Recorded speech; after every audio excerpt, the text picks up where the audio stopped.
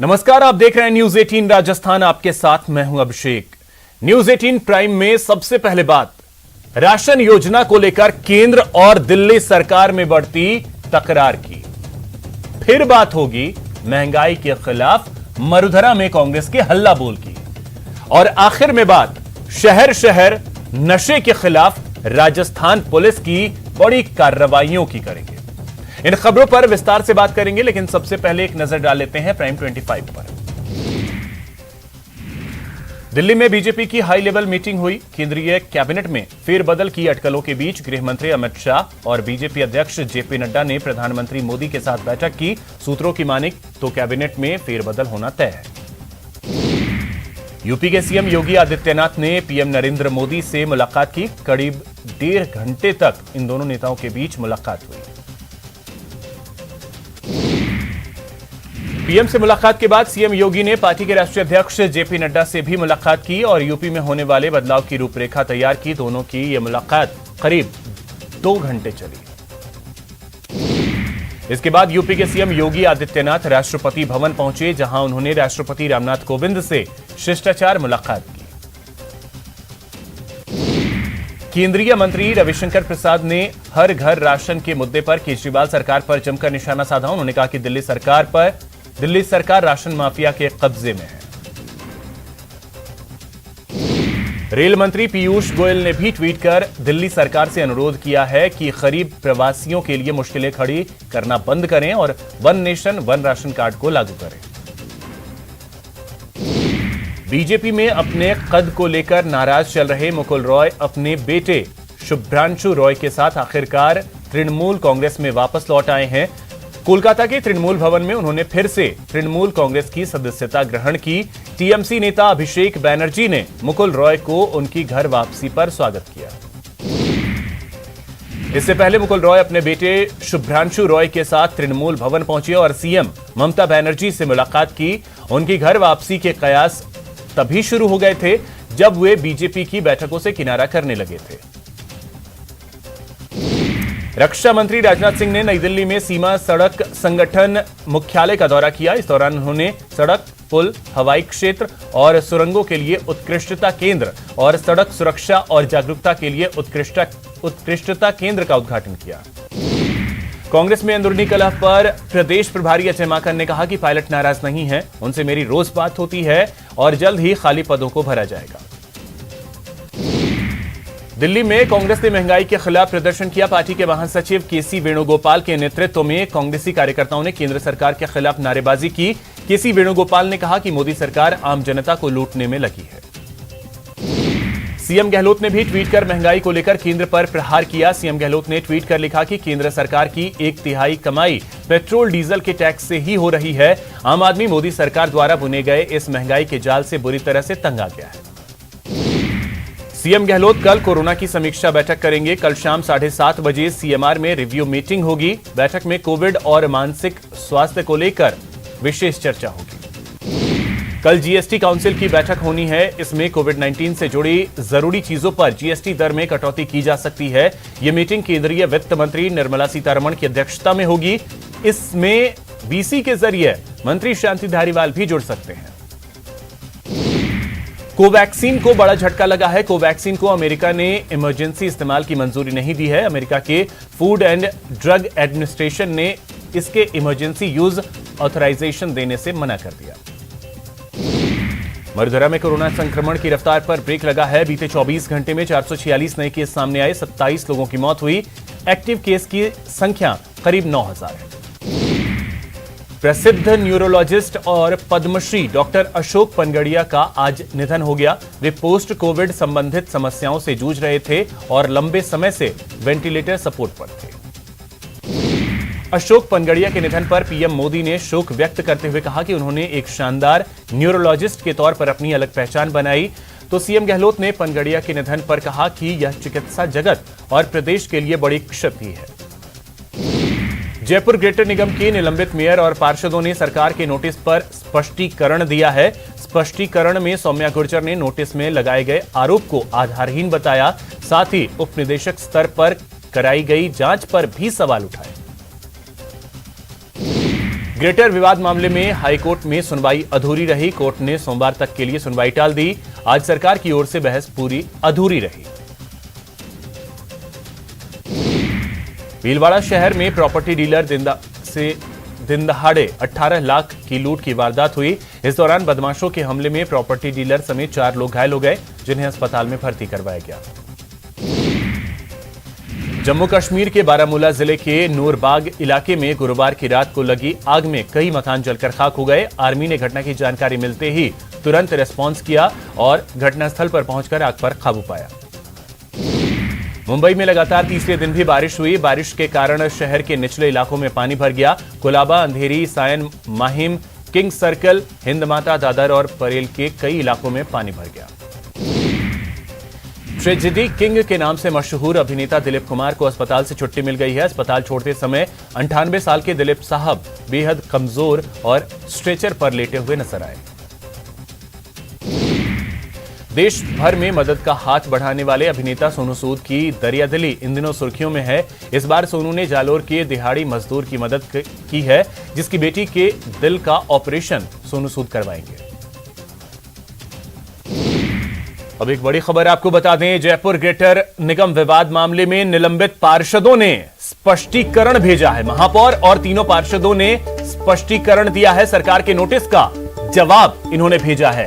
तत्कालीन मेयर सौम्या गुर्जर ने स्पष्टीकरण दिया है। नोटिस में लगाए गए आरोपों को उन्होंने आधारहीन बताया।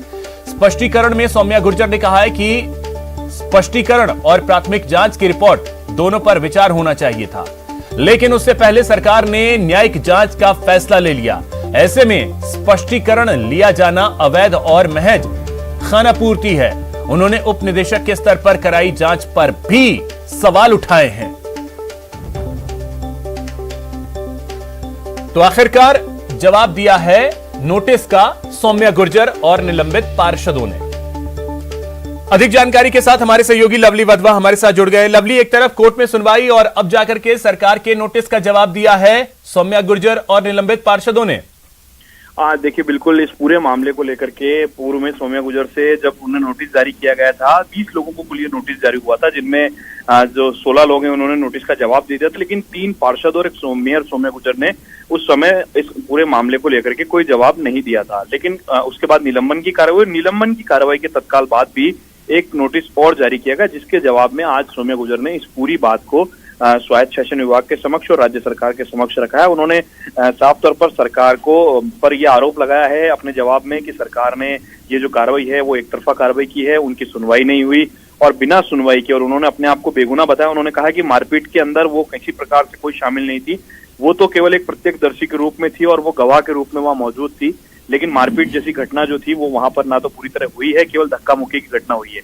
तब ये तकनीकी और कानूनी पेचीदगियों में जब ये पूरा मामला फंस गया तो उसके बाद में अब जो सौम्या गुर्जर है उन्होंने अपने जो वकील हैं उनकी सलाह के बाद में राज्य सरकार को इस नोटिस का जवाब जो है वो लिख करके भेजा, क्योंकि ऐसी चर्चाएं चल रही थी कि अगर अब भी नोटिस का जवाब नहीं आता दूसरी बार भी तो बर्खास्तगी की कार्रवाई भी हो सकती है।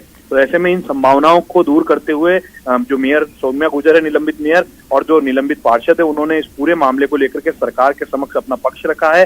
पूरे मामले की सुनवाई हालांकि कोर्ट में चल रही है, लेकिन न्यायिक जांच को लेकर के जो पैनल डिसाइड होना था वो 4 दिनों में। चलिए, बहुत शुक्रिया लवली आपका तमाम जानकारी के लिए।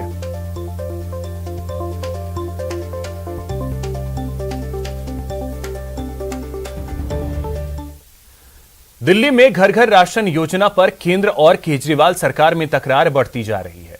इस योजना को लेकर एक बार फिर बीजेपी ने केजरीवाल सरकार को कटघरे में खड़ा किया और one nation one ration card लागू नहीं करने पर सवाल उठाए। कौन दमदार, केंद्र और आप में आर पार, दिल्ली सरकार पर रविशंकर का वार।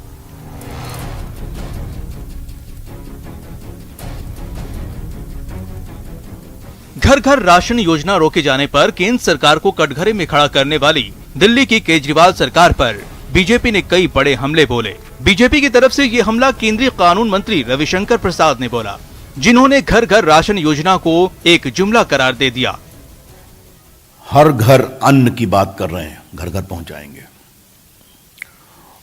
ऑक्सीजन तो पहुंचा नहीं सके, मोहल्ला क्लिनिक दवा तो पहुंचा नहीं सकी, अब अनाज की बात कर रहे हैं। ये भी कितना बड़ा जुमला है। घर घर राशन योजना को जुमला करार देते हुए रविशंकर प्रसाद ने आरोप लगाया कि दिल्ली सरकार पर राशन माफिया का नियंत्रण है। दिल्ली सरकार राशन माफिया के नियंत्रण में है, उनके सारे फैसले, और ये बात मैं बड़ी जिम्मेवारी से बोल रहा हूं। यहाँ रविशंकर प्रसाद ने one nation one ration card लागू नहीं करने के लिए भी केजरीवाल सरकार पर सवाल उठाए।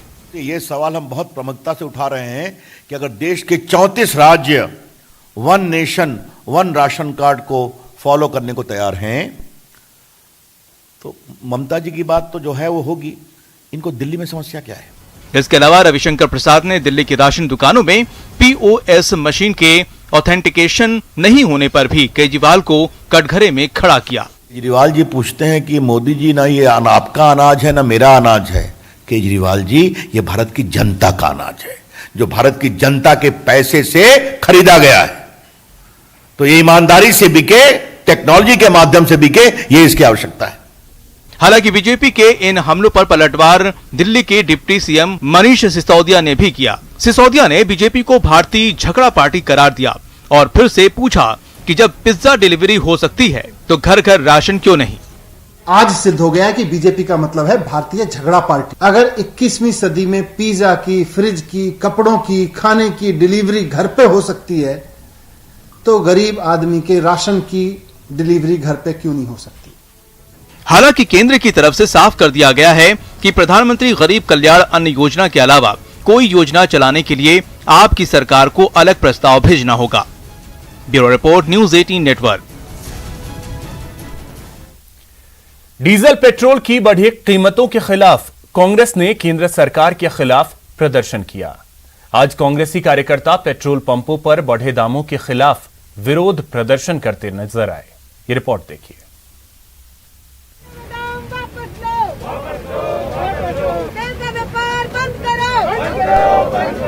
पेट्रोल और डीजल की कीमतों में हो रही बढ़ोतरी को लेकर कांग्रेस ने देश भर के साथ साथ मरुधरा में भी केंद्र सरकार के खिलाफ प्रदर्शन किया है। आज पेट्रोल डीजल के दाम आसमान छू रहे हैं। इस सरकार की नींद खुलने का नाम नहीं ले रही है। खाना पकाने वाला गैस सिलेंडर, उसके क्या दाम है आज?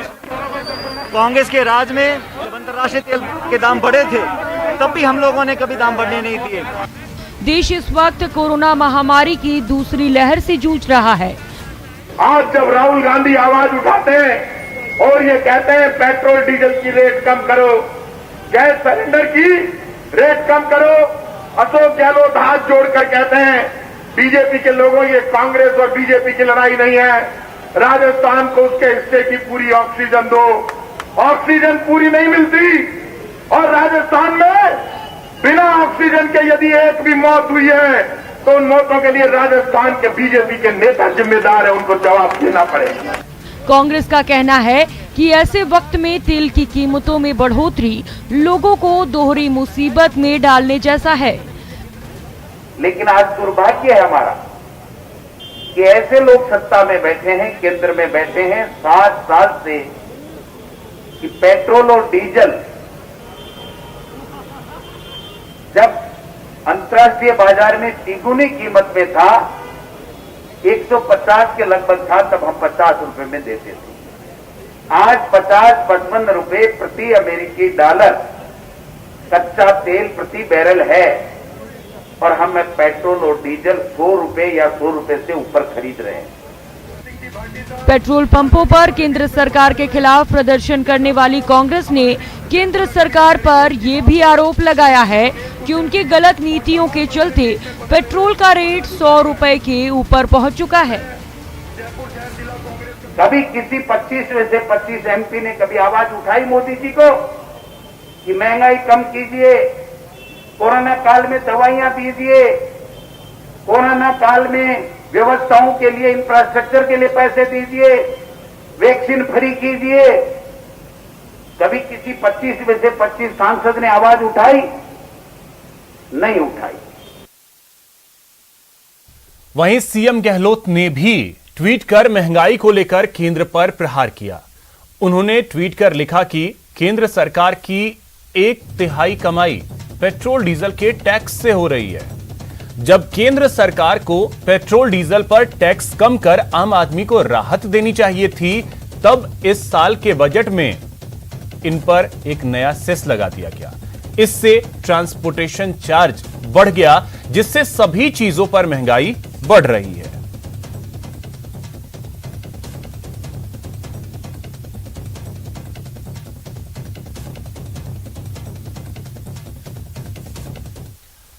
कल सीएम गहलोत फिर कोरोना समीक्षा बैठक करेंगे। इसकी जानकारी खुद सीएम गहलोत ने ट्वीट कर दी।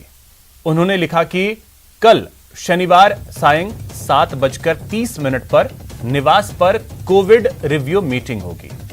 कोरोना रिव्यू के साथ में कोविड एवं मानसिक स्वास्थ्य को लेकर विशेष डिस्कशन होगा। मानसिक स्वास्थ्य के लिए जागरूकता अभियान के अंतर्गत विशेषज्ञ अपनी राय व्यक्त करेंगे। सोशल मीडिया प्लेटफॉर्म्स पर डिस्कशन लाइव रहेगा। निम्न सोशल प्लेटफॉर्म्स पर लाइव जुड़ सकते हैं, जिसमें फेसबुक, यूट्यूब, ये तमाम प्लेटफॉर्म्स होंगे जहां पर लाइव लोग जुड़ सकते हैं।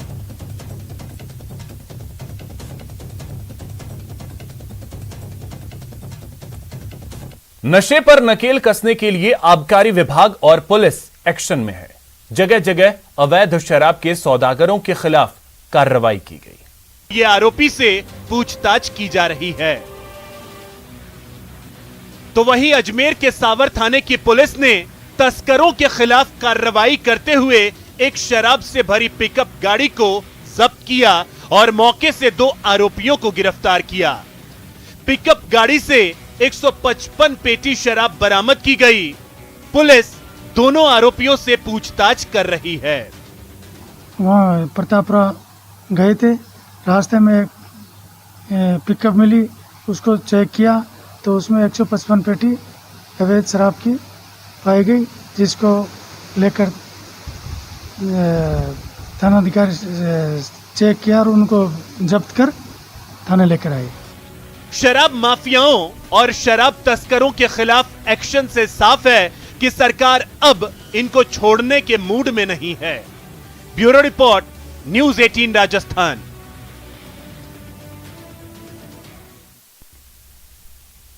यहां रुकेंगे एक छोटे से ब्रेक के लिए।